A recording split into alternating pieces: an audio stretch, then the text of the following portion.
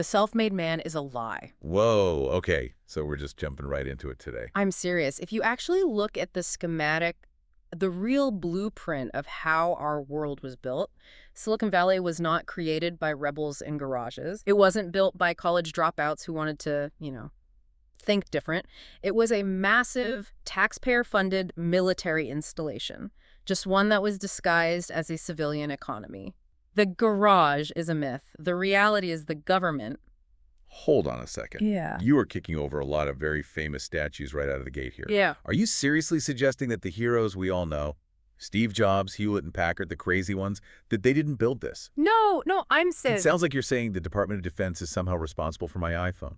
I'm saying those heroes didn't build the house. They just decorated the living room, the foundation. That was poured brick by brick by the Pentagon. That's an incredibly bold claim. I think most people, myself included, think of Silicon Valley as the ultimate win for free market capitalism. It's the one place where government gets out of the way, right? Exactly. That's the story. Where government is always the villain in that story. Or at least the slow, bureaucratic thing you have to run around. And that's the narrative we've been sold. It's the great man theory of history, just, applied to tech. But the source for our deep dive today completely flips that on its head. Okay. We are getting into Decode, Silicon Valley, and the Remaking of America by Margaret O'Mara. And honestly, you shouldn't even think of it as a history book. It's more like a wiring diagram. And O'Mara has the credentials to draw that diagram, right? Yeah. She's a historian. But she also worked in the Clinton White House, so she's seen this from both sides. Both sides of the glass, yeah. And her argument is that we just can't understand the tech industry without first understanding the political operating system that it runs on. The political OS. I like that. That's a great metaphor.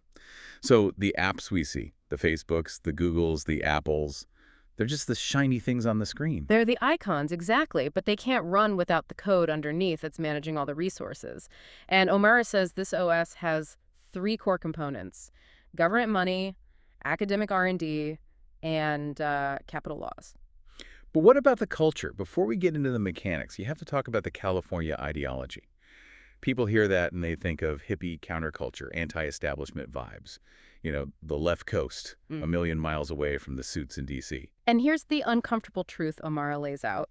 Yeah. That California ideology, that whole feeling of rebellion, it's sitting on a massive foundation of taxpayer money.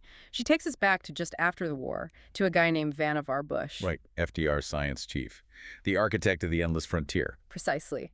After World War II, the U.S. government looked around and decided that scientific supremacy wasn't a nice-to-have, it was existential. So the Cold War. For the Cold War. They didn't want a free market for tech. They wanted a winning market.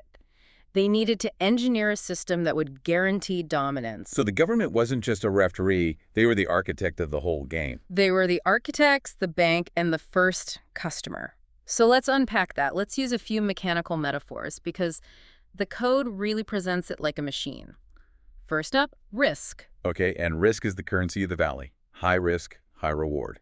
But back in the 50s, that equation just didn't work. If you were an engineer with a brilliant idea for, say, a transistor, and you walked into a bank for a loan, you'd get laughed out of the room. Laughed out. Banks need collateral. They get railroads, they get factories, they don't get ideas. An idea has 0 resale value if you go bust. Sure. So because the private market wouldn't touch it, the government built what I'd call a dam. Just picture this huge hydroelectric dam holding back this massive flood of market risk. A dam against market risk. How did they build that? Well, they stepped in as the angel investor of last resort. O'Mara points to this piece of legislation, the Small Business Investment Company Act of 1958, the SBIC. I've heard of that, but I always thought it was for, local hardware stores. It was for anything risky. And the leverage it offered was insane.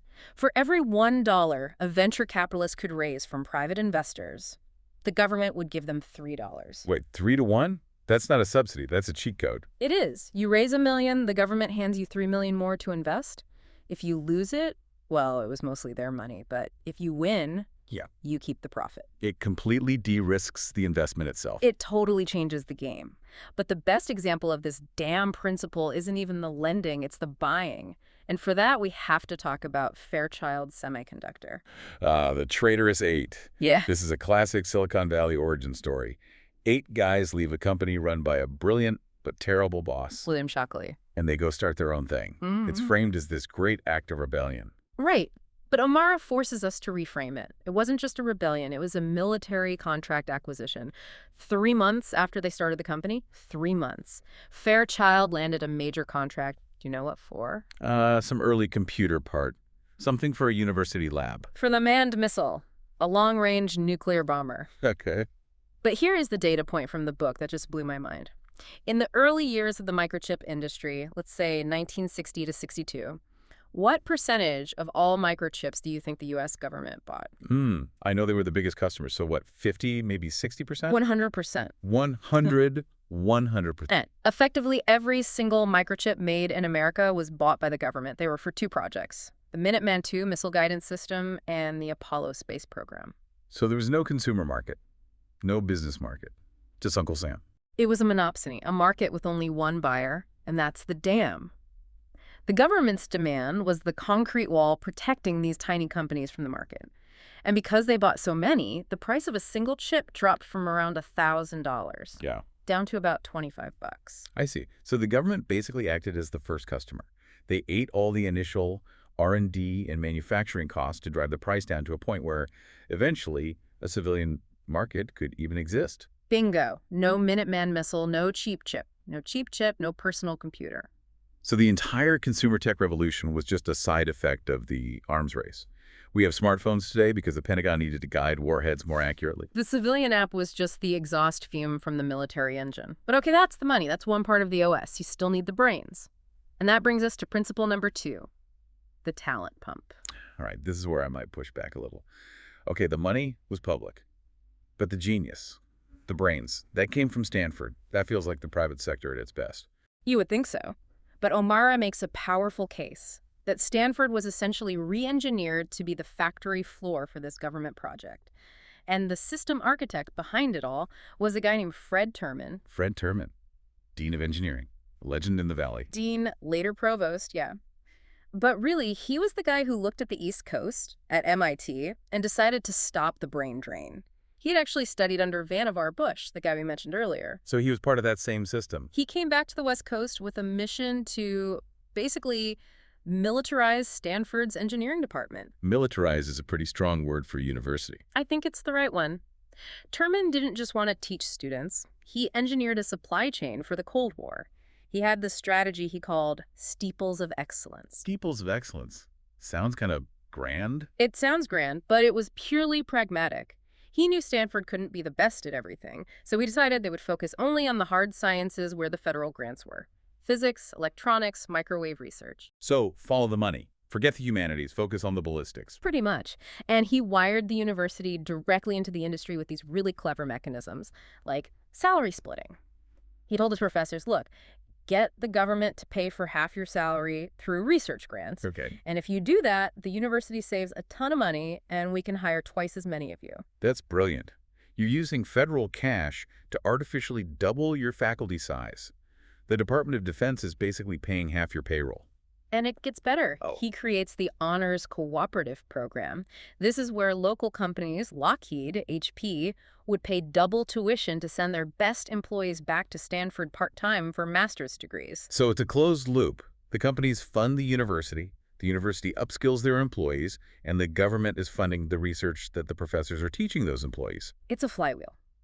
A perfect self-reinforcing system. Terman even started the Stanford Industrial Park, leasing university land to these companies just to keep them physically close to this conveyor belt of new talent. When you lay it all out like that, it sounds a little dystopian, like a military-industrial mill grinding out engineers. It was a mill. But O'Mara's point is that it was an incredibly effective mill. It won the Cold War by pumping out exactly the talent the state needed. It just changes the whole image of Stanford as this beacon of academic freedom. Yeah. You're describing it as a high-end service provider for the defense industry. At that time, absolutely. So we have the dam for risk, we have the pump for talent, but we're missing the last piece of the machine. We need the plumbing to get the money to really explode. We need the valve. And this has to be venture capital, Sandhill Road. I mean, surely this is where the free market finally shows up. You would think. But O'Mara shows that modern VC is basically just plumbing that was installed by the tax code. The tax code? That sounds a lot less romantic than betting on the future. It is, but it's the truth. Look at the late 70s. The economy was in the toilet. In 1977, the entire VC industry raised about $68 million total. That's a rounding error today. A Yeah. single startup can raise that. Exactly. The industry was basically dead. The money existed, in pension funds and private wealth, but it was stuck behind a valve of high taxes and really strict regulations. So what opened the valve? Lobbyists. The National Venture Capital Association went to Washington, and they didn't talk about tech. They talked about tax cuts. And in 1978, they hit the jackpot. The Revenue Act of 1978 slashed the capital gains tax from almost 50% down to 28%. That's a huge cut.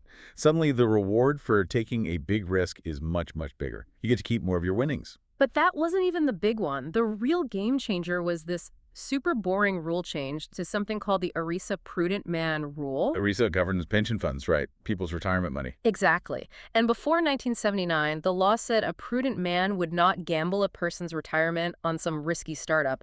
If you were a pension manager and you did that and lost, you could be personally sued.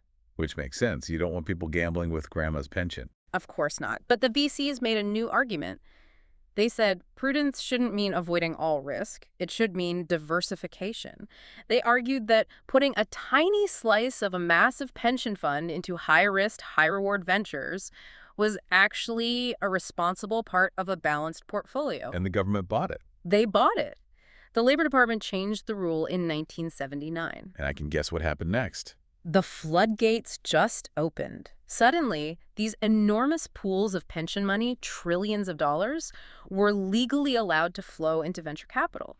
Funding went from $68 million to $5 billion by 1983. Wow. In just a few years.